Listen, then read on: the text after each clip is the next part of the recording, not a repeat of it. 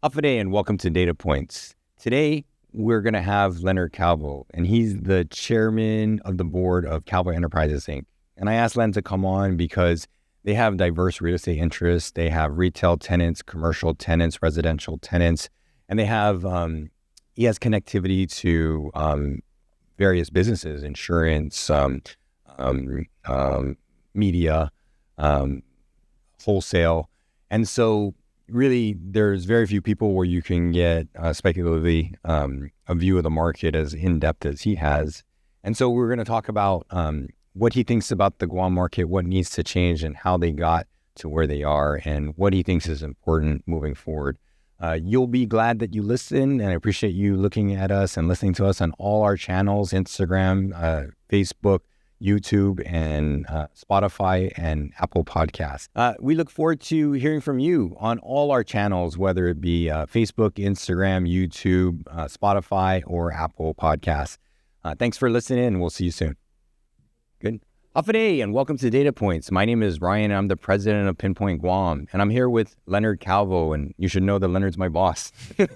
Technically, Leonard is the chairman of Calvo Enterprises, Inc.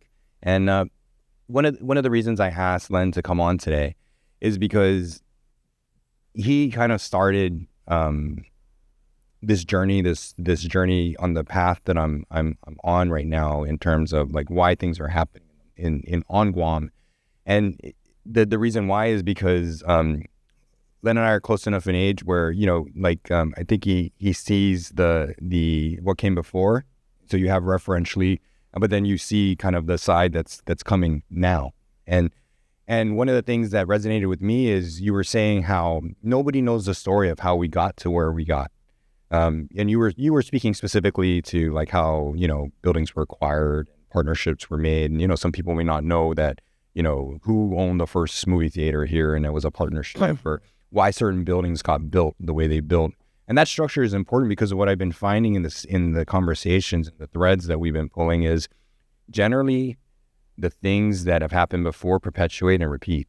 And the people who have come here before experientially have that connection here, and that drives them to come here and do business here. And if we understand why people traditionally come here, then it's a repeatable event. We can duplicate it and find those threads in the data.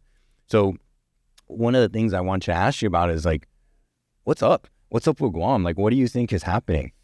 It's a strange, it's almost like there's two economies, right? You have a construction boom in the military side, and so they're doing really well. Anybody involved in military construction is doing well, and then you have everybody else on the outside with tourism down, and just the whole state of the economy is just, it's not good. And we always seem to figure a way how to make it a little bit harder for ourselves.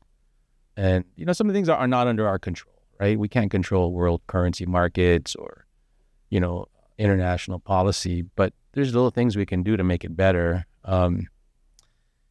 It's really a strange time because like if you look at our main business, what I'm in is the real estate, and our occupancies are great.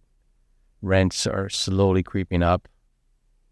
But, we're hearing from our tenants, things aren't going good. They're not, then you hear about businesses leaving. And, it's not a good feeling out there. I know that, one bad headline after another, DFS closing, Lotte possibly leaving, flights being cut, and it's really not a good, it's not a good state of where we're at. We need to change things and pivot and come up with our own, kind of redefine our own brand and what we want to do and what we want our tourists to experience. And that goes for tourism side, right? It's just one body blow after another, right? Could we have done anything to stop it? I think we could have made it a little bit better for them, but it's just, these are global decisions that are outside of our control. But who would have thought? I mean, you were here in Guam, you got DFS closing, you got the airport duty free concessionaire having issues, are talking about leaving. You got Kmart, which is coming out of bankruptcy, and I think there's less than 6 Kmarts operating in the world. So it's just things have changed. What is it? Is it the Amazon effect? Is it lack of tourism? Is it just what is it? Is it globalization? I think it's all of those factors. And then it comes to Guam, is just a hard place to do business on. You talk to like off-island retailers, and they go, this place is different. You got supply chain issues, you got HR issues, you got just different. Our costs are more expensive than anybody else. What do you think is something meaningful that can happen that would ease some of that pressure, make things easier?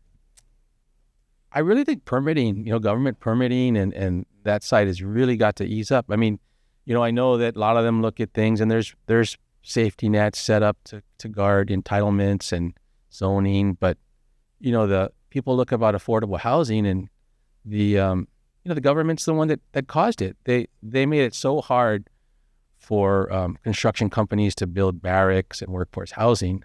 So what did they do? They went out and they bought apartments, and they used apartments to put their the construction companies to put their workers. And what that did was that every apartment that's used for an off-island worker is an apartment that's not in the market. Yes. So you cause that, and then you got the pressure of the military housing, right? So the people look at the military housing allowances. Well, I could charge a certain amount for a local market, or I can upgrade it a little and try to get a military tenant. And a lot of landlords are doing that, and that's just the market. So I don't blame them for it, but it's just hard. It's so hard to, you talk about, we want to do affordable housing, we want housing for the locals, but the government's got to get out of the way. They got to help it out, and it's been going on for years. We're not big in the housing. We don't have a lot of apartments. We're not in the, there's other people, but there's so much pressure to push it up because they're getting the military tenants, and then a lot of them there's just enough, and then replacement cost to build it is so high that no one's building anything, because your cost of construction is 2 to 3 times more than it was 10 years ago. And I think that's true, especially when you look at the response to the RFI, right, versus the community block development, right? Mm-hmm. And then also in response to, there's clearly a pent-up demand for housing. And so when you talk about the pent-up demand for housing that's not subsidized, there's traditional purchasers, there's a certain income level, but no one comes to meet that market. Zero. We talk about the subsidized GORA, the tax credit market. Only a few players come and meet that market because the structural expertise and the capital that's needed is significant. And so but still that market moves. But when the military came, boy, everybody and their brother kicking down doors, jumping over hedges to get on that. But because they know that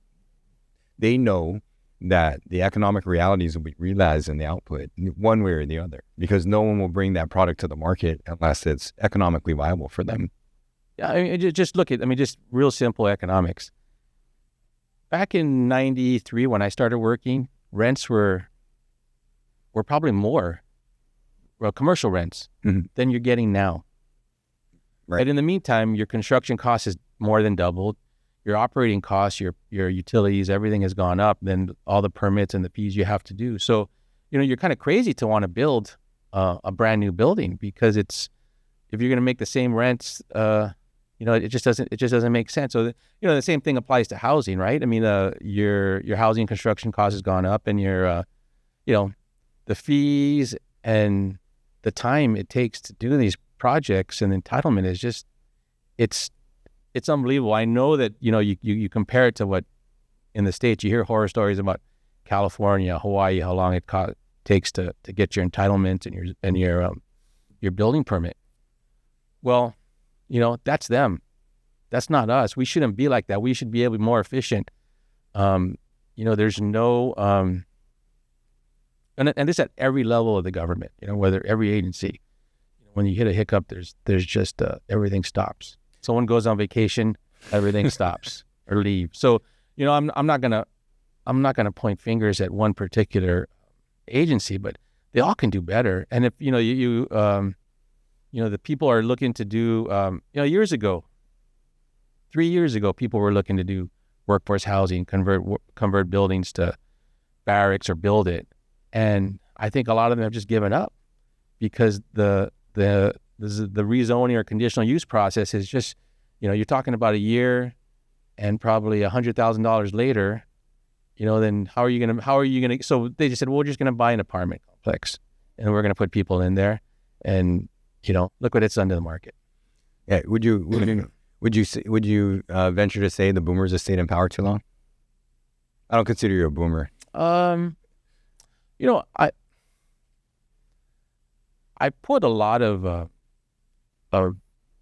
importance and like when with older people when I listen to them. I mean that is what I did to before I did my job or as I was going through the process and learning. I just talked to people. I was so lucky. I had my father, I had my brother, I had people I could talk to. One of my dad's good friends, Ali Israel. I could pick up the phone and call him.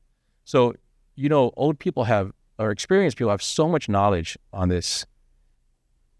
I think it's not, I think the boomers have combined with these new layers of bureaucracy and everything that just has brought everything to a standstill.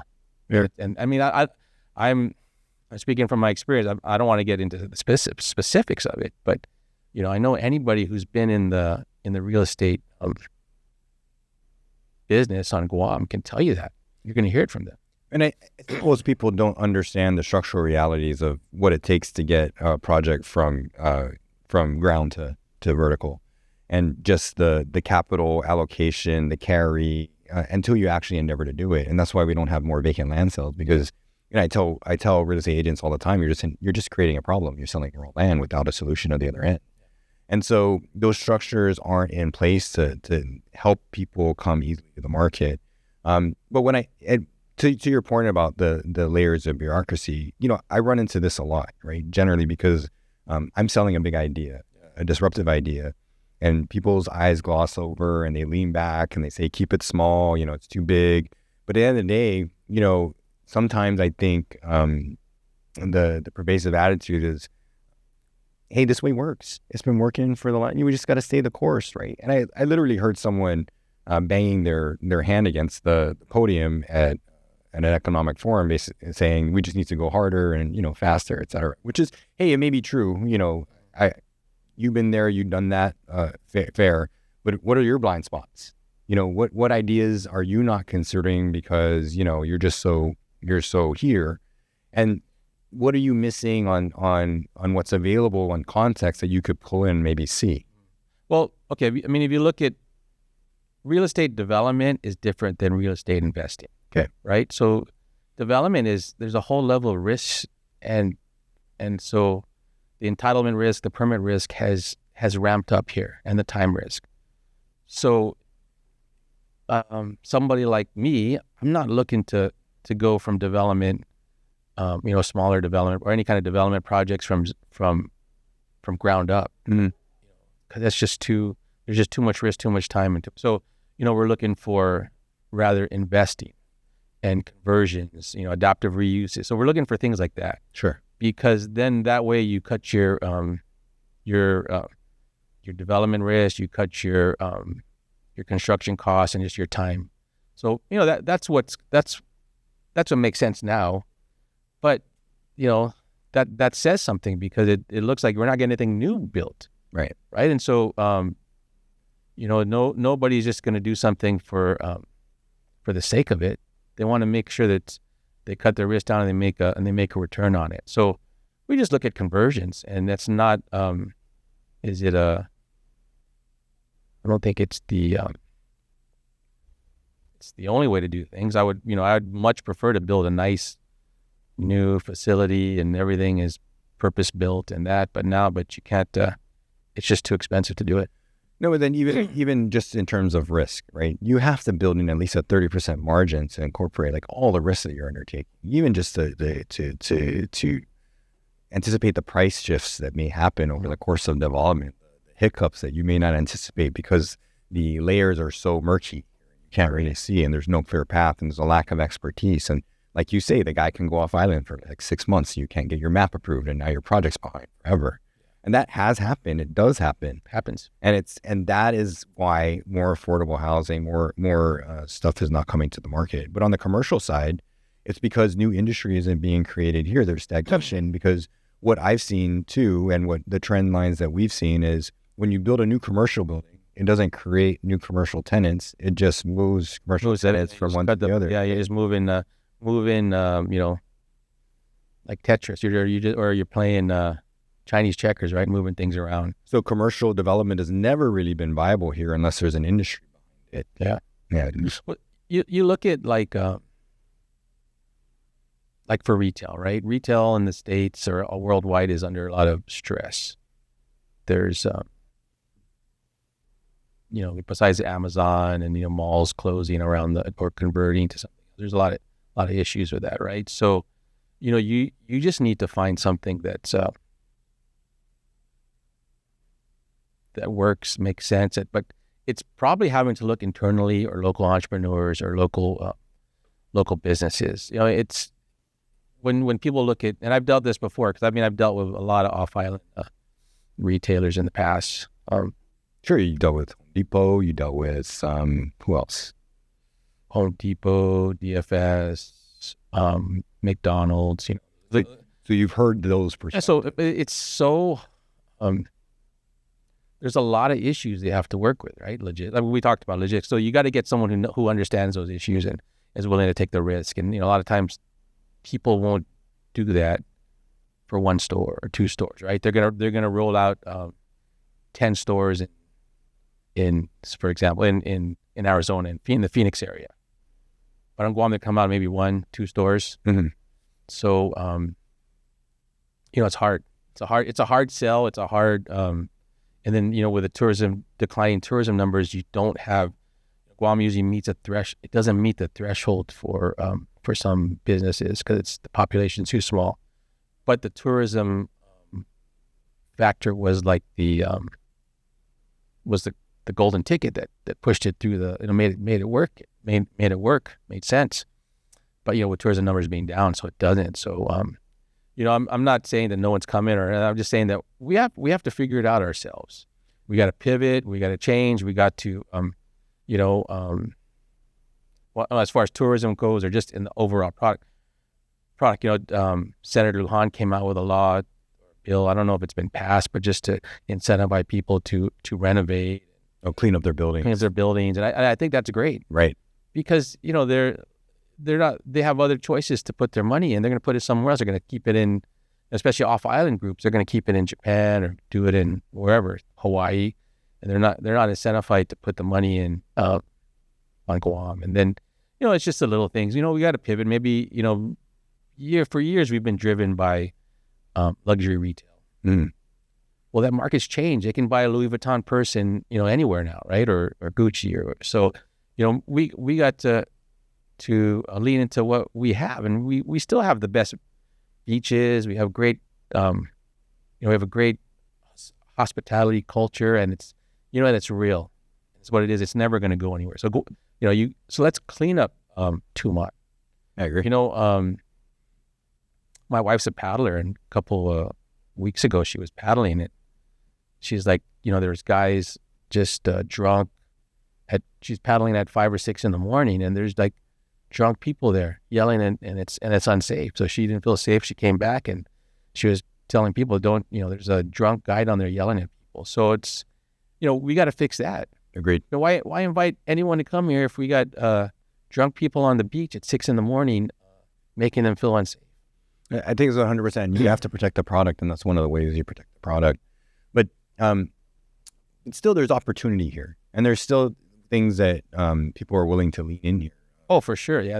Opportunity. We've invested in several things because we believe in it. We believe in Guam. We believe that we can, we can make the appropriate, change or pivot to make it a successful project. So it's not like, nobody's giving up or even. I'm just saying, how are we going to make it better? Sure. How are we going to improve it? How are we going to cry about it? Are we going to, try to replicate a DFS, 2-month sands, or are we going to just pivot and lean into what we got? Are we going to bring in local entrepreneurs to replace that retail spend that a tourist is looking at? Yeah, we could, but we have to encourage it, and we have to make it easier for them. We can't make it harder. Agreed. We got to get out of our own way, and we got to promote what some true, authentic things about them. You know, Guam, I always talk about this, but like, if you come to Guam by yourself, you don't know anyone, and you know, just do what's available as a tourist, I'm going to be honest, you're probably not going to have as great time. Not at all. But if you come to Guam and you meet the local people and you feel that, and just be part of it and feel what we do, and you're going to have the time of your life. Mm-hmm. I mean, we've had friends from the States come here, and they just love it. They loved it. It was the best time of their life. It's like the best trip they've ever had, right? So because they're hanging out with the locals, they're trying the local food, they're going to places that aren't on the beaten path, so we got that. Let's focus on that. Let's try not to be stuck in the old ways. What do you think beyond that, right? What do you think specifically is something we can change other than permitting, make a difference to your business or businesses in general?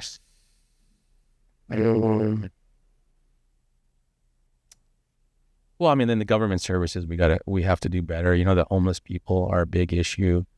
The cutting the grass. I mean, it's not a lot. I mean, you run into homeless people everywhere in the world, right? In the U.S., especially in the cities of San Francisco and Honolulu and all the L.A.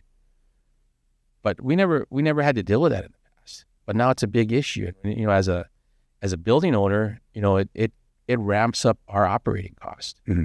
Right? I mean, I'm just being honest. Besides it being not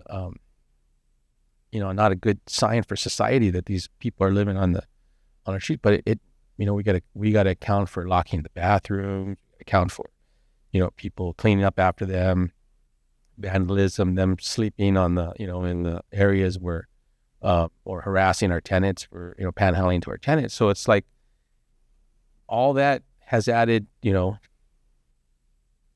comes at a cost, and we have to bear it. Otherwise, our tenants have to deal with it, or we have to deal with it. And next thing you know, you have vandalism, broken windows, people are breaking into cars. So, we can clean that up. There's a public safety. There's all those issues. So, cut the grass, take care of the homeless. Let's get them a place where they can have their dignity off the streets and not be,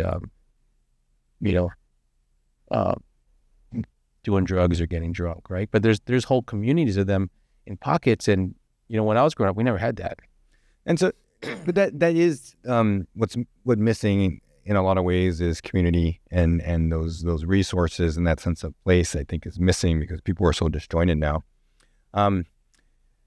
So one thing that you've kind of what I brought up earlier about you working with like Home Depot and other retailers is when you're talking to somebody like that, a sophisticated tenant who has like knowledge of market structures, et cetera, what information do you have that you can give to them to sell them on? Well, you said it's hard. And I can't imagine what it's like to talk to like a Home Depot or Macy's. Hey, come to Guam, but you don't have any like real like market defining the characteristics or statistics. Did you ever have any of that? And how did you get that when you were talking to them? Or did they have that already? Or were they applying national trends to Guam? They all have a pretty good idea about Guam. Mm-hmm. So it's not like, cause the way these companies work is that they very rarely go from West Coast to Guam. Mm-hmm. They go to Hawaii, they figure out that supply chain and that issue, and then they do Guam after that because that's what they view that as a logical, even though it's a 7-hour flight away, right? But that's what they're thinking. Well, we're sending to Hawaii, we can just send it straight to Guam, and then we can, send our manager there to oversee it. Because management is, they gotta want to be able to do that and see that it's worth it, right? So yeah, they know about Guam, right? It's not like, and they know the business, and but you just try to help them, like what's out there. They're afraid of, especially someone like a Home Depot, or, those big guys. They're afraid of turning into a money pit, Guam. They come here, they don't know the permits, the construction costs or the permitting, any laws. They're really worried about, we come here, then it's just gonna. So they'll try to put that that risk onto a developer or a local, and they'll say, like, you figure this out. We'll just pay rent. And they crush you in a lot of ways, right? Because they have so much leveraging and negotiating power. Leverage. Right. They have leverage, and they're not the easiest people to deal with. But there's there's a reason why they are, because they know they have so much leverage in what they do, because they're the anchor. They know you want them. Yeah, Guam is only going to be one Home Depot. It's Home Depot probably precludes a Lowe's coming, right? Or Kmart is going to keep a Walmart out, right? Because maybe you're okay with the size of Guam, but if a well-established Kmart's there, they'll figure, oh, well, that's a good location. It's kind of got a good name. We're going to split the market, right? So they're not going to. I don't know how you get a better location than, say, like a Kmart. Mm-hmm. Right. And their sunken cost is their cost is it's already recovered for the development. When they built their store and did their development, it was got to be a lot less than it is now. So, what do you think the future of development is here? Like, what do you think so we talked about this RFI a lot, right? There's going to be like 14, someone's going to bring these houses to the market, right? So I say presumably like 2020, 2032. Guam needs that Navy RFP to be satisfied by somebody. And they need to shift a lot of those, a lot of the military that are out there. We want them to shift to that housing over there. So that'll free up the housing for the local market. But are they shifting? Because these are new people coming. Well, they're new people, but it's just in the inventory, right? So I'm not saying that locals aren't going to have a chance to rent buildings to them, but can you imagine if 2,000 people came up here and then they displaced 2,000 local renters, mm-hmm. or so it's counterintuitive to how probably a Guam person thinks, right? But they really need this to happen, because we need to take those 2,000 military guys out of the local housing market, because if in the local, it's just going to displace people, mm-hmm. and everybody gets displaced. And who are the last guys on the line? It's going to be the guys with the least amount of rent to pay. Yeah. So we need the military RFPs to happen, and we need them to be supported by the government. Look at that as a way to provide more affordable housing for the locals. I mean, it's because it's just market pressure. Everything just keeps on moving up, and who gets displaced, right? And then there's other little things, and I'm surprised, like the ADU law. Okay. I think Senator Chris Duenas finally did it, and it got accepted. I don't know if it's been. I don't think it ever. If it's maybe it did. I'm sorry, I'm not a brother. Yeah, I don't know. But that is something we should have done 10 years ago. Agreed. There's just so much. It's already being done mm-hmm. illegally. Yeah. So let's clean it up. Let's let the landowner, benefit from it. He'll build it. He'll put his daughter there, or his kids with their family, or his grandma, or whatever, his mom, and let them age in place. Let them get value out of it. They'll immediately, if it's legalized, that rental income will add to the value of the house owner, and he'll be able to build it and finance it, and it just works out good. He'll put his kids there. He'll put his mom there. They'll age him. I mean, it just made too much sense, right? But what happened? It goes to the legislature. They kill it. I don't know, for some reason they just find a reason not to do it, even though it's already being done in an illegal way. It's just nuts. I mean, sorry. I looked at that ADU law and I thought it was such a great idea years ago, and finally Senator Duenas did it, and I think that was great on him. But I just hope it passes. I hope people take advantage of it, because it's not the total solving issue or something. But I mean, if 100 ADUs were built and 100 people lived in it, or 100 families or small families or whatever, it would just alleviate the pressure on your your other affordable housing. Agreed. What do you think the future of like retail is here? Now, can I say that you've leaned into some retail? Oh yeah. No, I think retail is it's just going to get tougher. But you look at quality places. GPO, Micronesia Mall. Those are quality places. They're going to be around. It's the more the periphery, like the fringe retail. That's probably going to be tougher. Some stuff in Tumon that was driven by the tourist shark. They're probably going to be harder to do well. But places like GPO, places like Micronesia Mall, they're just. I would just assume they're going to get stronger and refocused, and re-tenanted a little. But they got strong fundamentals as far as anchors, great locations. The only issues. Macy's decides to move out. That would be tough. But otherwise, Micronesia Mall does a good job. They got good tenants, and I heard that, by the way. I heard that's a rumor. I don't think that's going to happen. But no, those are the risks. But that's not going to happen. That's not going to be driven by what happens on really Guam, because I'm sure Macy's does well here. It's going to be some kind of corporate decision that comes from wherever they're out of New York. I don't know where Macy's is. But that, to me, that's an issue. Yeah, it seems like Guam is always the last store they kind of let go of, right? And the big national brands in a lot of ways. I think it's doing well. I don't, but yeah, I've heard that. I heard that too. I just thought that was a crazy rumor. Yeah, sounds crazy. What do you think of big ideas like loss leaders, like a convention center and stuff like that? And you think that kind of stuff can work? Are we getting conventions now? I know we had a lot of incentive.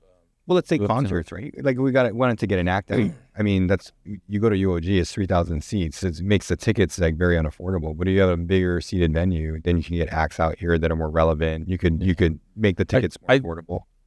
I hope it could work, and I hope it brings something. It just, I don't know. Is there a big convention market from our two main visitor targets, Korea and Japan? Would they come here and do a convention? Because you're not going to make it just doing concerts. Sure, Guam concerts, right? Or Guam based on the population. But if it'll increase the room, the visitors coming, yeah, great. I would support it. I would study convention centers in places like Hawaii or maybe Philippines to see what are people doing there, and have they really got a return on their investment? Because I've seen it happen in other places where it's you build a convention center, but you get a I saw that in Cairns, Australia. They built a casino, and the casino owner had to build a convention center for the town. I see. And so I think that might have worked out for him. I don't know. This was 25 years ago that I went there, and I kind of just looked at it and somebody would tell me about it. I'm not advocating for casino gambling, but I'm just saying that's what they got for the casino, was they got a convention center. Yeah, I don't necessarily think gambling's the answer either, right? And people can gamble anywhere now, so you can even gamble online. Yeah, I don't. Here's the casino gaming. It just brings a different level of addiction, right? Yeah. So problems. And we're trying to get away from that stuff. All the betting online, you hear about all these sports betting, and it's just advertised all over ESPN. Yeah. I'm getting it, and I don't gamble, but like I get all these, you could see I don't even know what those things are, like fantasy sports. I see them, but they sponsor all my favorite sports shows. Yeah, right? yeah, exactly. Sport websites, Barstool Sports. I know they're betting, or it seems like really, really bet on like football. And I watch football, but I'm always seeing these things come. But if people can bet online and they feel comfortable on it, then Yeah, I don't think there's a local. Well, there is definitely a local gambling market, but that's not necessarily you want in your front line, and I don't necessarily know that you want to incentivize that. Yeah. Well, Guam, the whole gaming thing, I just find it ironic, right? We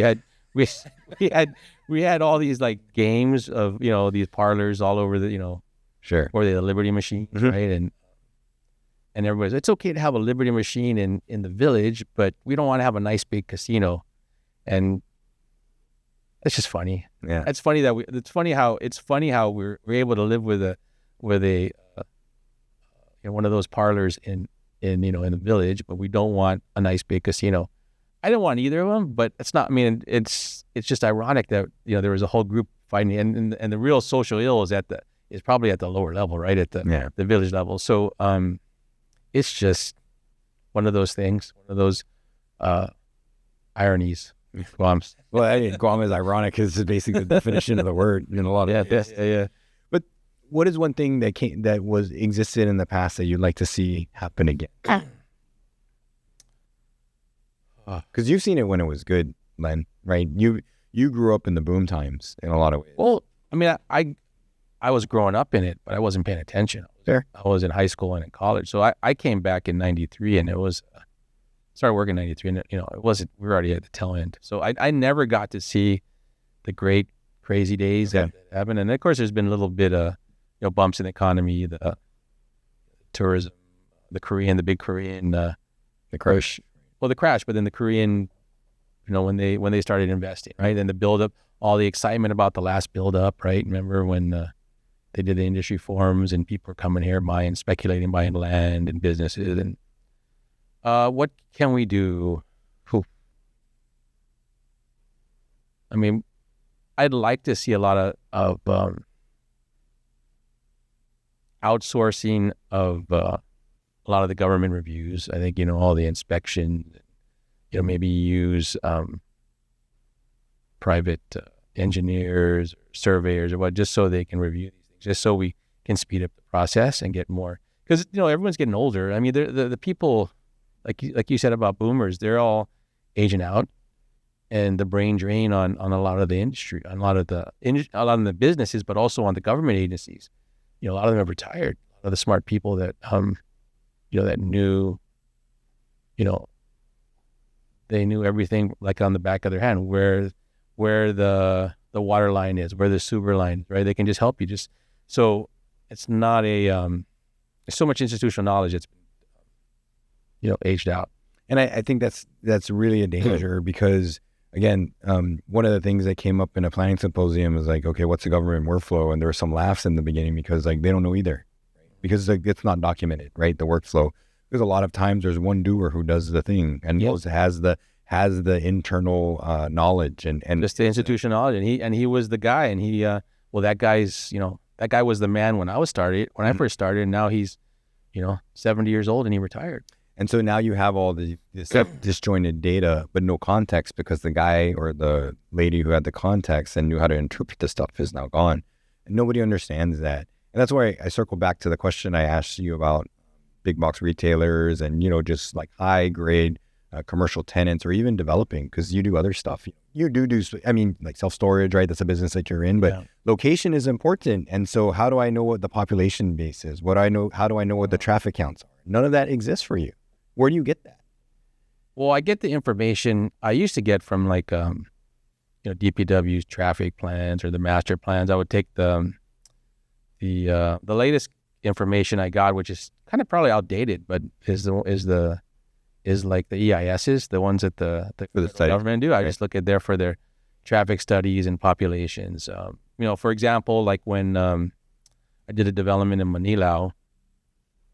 I did the Payless and then the Taco Bell, Bank of Guam. I just looked at what employment was in Manila, looked at the school population and the population traffic counts, threw it out there, and that kind of helped people make a decision. Well, because it's traffic counts, it's population, it's jobs, it's kids. Those are the things that for the businesses. So you look at that, and that was one of the first things in Manila that popped up, and everybody does well there. So I think that those are the things that you have to. That information is available. You just really have to look for it, and I would guess that it's probably outdated. Yeah, for sure. I'll tell you this. It is outdated, right? So do we pay for it, or because it's point in time, and you have to duplicate it, and sometimes multiple parties are duplicating it, and I guess the business environment makes it hard for you to pull that information because the electronic infrastructure isn't there now, right? You know, it's funny. Like, I have a lot of older friends that I talk to, or people I just for advice. There's one guy I remember, very sharp guy, Greg Kosanke, and I just asked him once. I said, he did a development over there. He did the one Pacific Place where Outback is, and then he did the one where KFC is over there, and down in Derrida. And I asked him, how did you get it? He goes, those are the two best corners. He knew that, and so, a lot of people do it. They do it instinctively or whatever. But nowadays, you need, information. You need to get that. I don't think there's any up-to-date information. I just wonder how GVB gets its metric. Before I understand, LVMH used to do it, and then it was passed off to GHRA, and now it's GVB. I don't know. I mean, it's I think you're gonna have to get smarter and everything, get better at it now. But you pulled on an interesting thread for me, because you talked about a building partner, Greg Kosanke, who did a building, right? What are some of the most interesting real estate deals that you remember that like either like you've been a part of or that you've heard of? Because one of the themes that earlier on I said just about the partnerships that bring things to the market. Give me a summary. Geez, there's just so many, and I know one that just is a great story. Was Ken Jones, and he built Jonestown, and he had the Cliffline property, and then he sold it to a Japanese company. Oh, made I think in the I don't know the details, but I know it's a lot. And then he bought it back at a discount. Then he turned around and sold it again. Yeah, and that's an amazing. Ken Jones came here,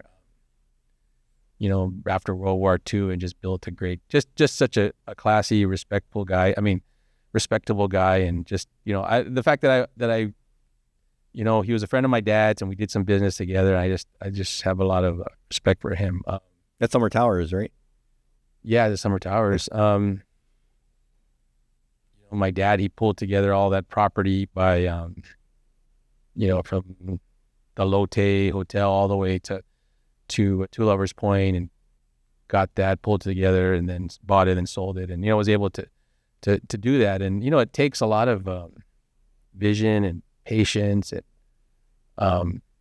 to do something like that, because most people, people think, the Calvos, we do this, but one thing the Calvo family does, we don't waste time fighting, and we don't do things just because we don't want to do it, or we don't always agree, but when we look at something, we look for what's better, and we were able to move forward and make a decision. I just see so many people here, families, they can't make a decision, and so nothing happens, and then they miss the opportunity, and they're stuck with nothing, whether it's on the development side or selling or buying side. So you got to be decisive. You got to make a decision. You got to do something. You just can't. The answer isn't. And a lot of it's driven by I've seen a lot of the local families driven by, suspicion or jealousy or something. So that's just something I noticed in our. And that's the one thing about us, is that we're not perfect, but we always seem to make a decision and move on. That's great. Well, what do you think is going to be the thing that gets us out of this? Mm-hmm. I think what we got to do is, we got to clean up our offer for tourism. We got to make it easy for people to come here and to have a good time, and not make it harder and more expensive and add cost to their problem. Just make it easy, simple. Come here, give them a great time. Come in here to go to the beach and get in the sun and have them good food, try barbecue, experience a real Chamoru culture.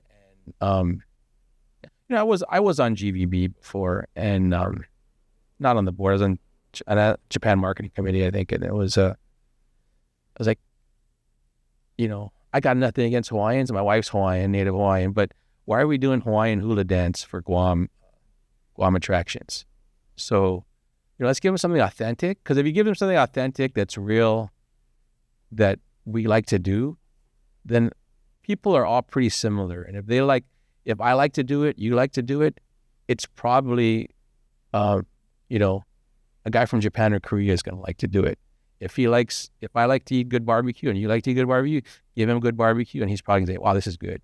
And then it'll be, but you can't give him an authentic experience, and you can't give him something that's, that's an inferior product. I agree. And give them something real, give them something good. They'll enjoy it. You know, you're not going to go to, you know, they love the night market down there. I heard it in Tumon. But is that sustainable to do it every week? I don't know. Every weekend? No, but that is, and I've said this a few times, and, you know, shout out to Dave Tedinko, right? I went to Valley of the Latte, and, like, you know, they sing when you come in there, and then there's some guy makes fire, right? It mesmerizes the kids. That experientially, I agree. You know, the authenticity of where we are, who we are, and why we got there is important, and to translate that. And I think that experience needs to be perpetuated to the market and promoted, and you know, it's always going to be true. I got to run. Yeah, I appreciate your time, Len. Hey, thank you. Thanks for coming in, and I know you squeezed us in, so I'll see you out there. Thanks. Yeah. Thanks, Len. Appreciate it. Thank you. That was a great podcast with Len. He gave us some insight into, you know, just his thoughts on the Guam market and why he still believes in it. And they do believe in it because they're making big bets. You know, they leaned into retail. They've leaned into projects. They've leaned into development. They see a future.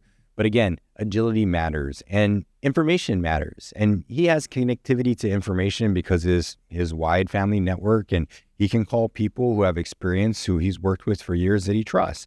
Who do you trust, and who can you call for that information? And I think that's what people have a problem with. And that's why data and information is so important. And that's why you have to demand that systems change to make sure that you have the same power as him. I thank you for joining us at Datapoints. I thank you for liking, sharing, and subscribing to all our content on Instagram, Facebook, and YouTube, and also on Spotify and Apple Music. I look forward to hearing your questions and answering them. Thank you.